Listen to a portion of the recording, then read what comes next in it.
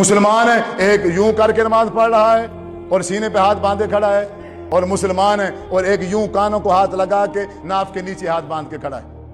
مسلمان ہے ایک یوں کر رہا ہے اور ہاتھ بھی نہیں باندھتا، ایسے ہاتھ چھوڑ کے کھڑا ہے، ہاتھ چھوڑ کے کھڑا ہے، اور ان تینوں کا نبی ایک ہے،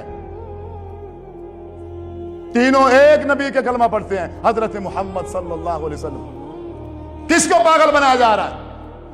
افسوس ہے آپ پر، افسوس ہے، قسم سے آپ پر افسوس ہے۔ آپ بے وقوف بننے کے لیے تیار بیٹھے کہ کوئی مولوی آئے اور آپ کو بے وقوف بنا، جی لبیک ہم حاضر ہیں جی۔ اتنی عقل نہیں ہے، نبی ایک ہے، رسول ایک ہے، طریقے کیسے تین ہو گئے؟ اچھا پھر دعویٰ ہے، ہر فرقے کا، ہر گروہ کا یہ دعویٰ ہے کہ نبی بھی خاتم النبیین ہے، اس کے بعد اور دوسرا نبی بھی، تو دوسرا طریقہ کہاں سے آ گیا پھر؟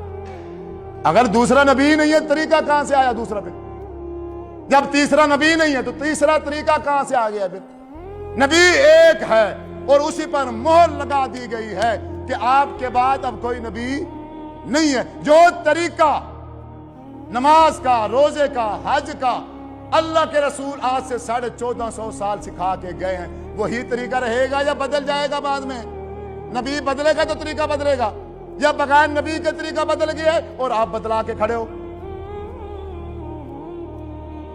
یہ اتنی سی بات سمجھ نہیں آتی؟ کبھی بھی آپ میں سے میرے کسی بزرگ نے، نوجوان نے اس بات کی ریسرچ نہیں کی، اس بات کی طرف سوچا نہیں ہے، اس بات کو چیک ہی نہیں کیا۔ اہل حدیث کے گھر میں پیدا ہوا بچہ اہل حدیث ہے، اہل دیوبند کے گھر میں بچہ پیدا ہوا وہ دیوبندی ہے، اہل سنت والوں کے ہاں پیدا ہو گیا وہ سنی ہے، اہل تشیع کے گھر میں پیدا ہو گیا تو وہ شیعہ۔ تو مرزائیوں کے گھر میں جو پیدا ہوتے ہیں وہ مرزائی، عیسائیوں کے گھر میں جو پیدا ہوتے ہیں وہ عیسائی، یہودیوں کے گھر میں جو پیدا ہوتے ہیں وہ یہودی۔ تو تم نے کون سا تیر مار رکھا ہے پھر؟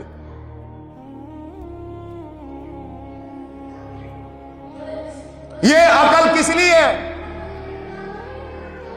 اللہ تعالیٰ نے شعور دیا ہے، دماغ دیا ہے، کس کے لیے؟ دماغ اور شعور دینے کے ساتھ ساتھ آسمان سے کتاب بھی اتار کے بھیج دی ہے۔ آخر نبی حضرت محمد صلی اللہ علیہ وسلم کو بھی مبعوث فرما دیا ہے۔ ہٹ جاؤ ان مولویوں کے پیچھے سے، ہٹ جاؤ۔ زندگی کے آخری لمحے تک میں یہ بات کروں گا، کوئی جان کی پرواہ نہیں ہے، اس دل میں ایمان ہے بس۔ اب ایمان اور جان کوئی برابری نہیں ہے، ایمان کو زندہ رکھیں گے انشاءاللہ میرے رب نے چاہا، کوئی پسند کرے نہ کرے، کوئی بلائے یا نہ بلائے۔ روزی روٹی کا مالک کون ہے؟ اللہ کی ذمہ داری ہے، اللہ روزی بھی دے گا، اللہ گھر بھی دے گا۔ اللہ نے سورۃ ہود میں فرمایا ہے، اے انسان جب تم مر جائے گا تیری قبر کی ذمہ داری بھی میری ہے، کچھ نہیں چاہیے مجھے، ایمان مل جائے اس کے علاوہ کچھ نہیں چاہیے۔ بے ایمان ہو گئے ہیں یہ مولوی، اس مولوی نے دین کا نقشہ تبدیل کیا ہے، اور آپ کی سستی کی وجہ سے، آپ کے سوال نہ کرنے کی وجہ سے، پوچھ تاچھ نہ کرنے کی وجہ سے، آپ نے کبھی پوچھا نہیں ہے کسی سے، کبھی بھی کسی امام کو کھڑے ہو کے آپ میں سے شاید اگر میں دعویٰ کروں تو ایک بندہ بھی بھری مجلس میں کھڑا نہیں ہو سکتا کہ جو یہ کہہ دے کہ میں نے فلاں امام کو کہا ہے کہ آپ کھڑے ہو کے ذرا مجھے بتائیے، نماز پڑھ کے دکھائیے کہ اللہ کے رسول صلی اللہ علیہ وسلم نے نماز کس طریقے سے پڑھی ہے، آپ کھڑے ہو کے مجھے پڑھ کے دکھائیے اور حدیث کھول کے دکھائیے۔ ہے اس پوری مجلس میں، پوری مسجد میں کوئی ایک بندہ ہے کہ جس نے کسی امام کو ایسے کھڑا کیا ہو اور اس سے طریقہ سیکھا ہو اور ساتھ میں کہا ہو یہ جس طریقے پہ تم پڑھ رہے ہو یہ حدیث کی کس کتاب میں لکھا ہوا ہے، ساتھ وہ بھی دکھاؤ؟ ہے مسجد میں کوئی ایک بندہ ہے؟ دیکھو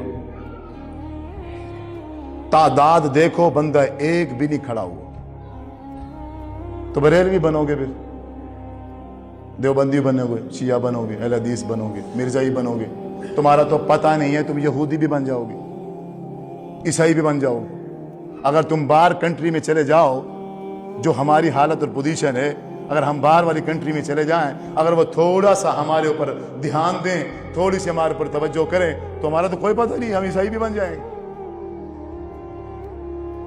جب ایمان نہیں ہے دل کے اندر، جو مرضی بنا لو، کیا فرق ہونے والا ہے؟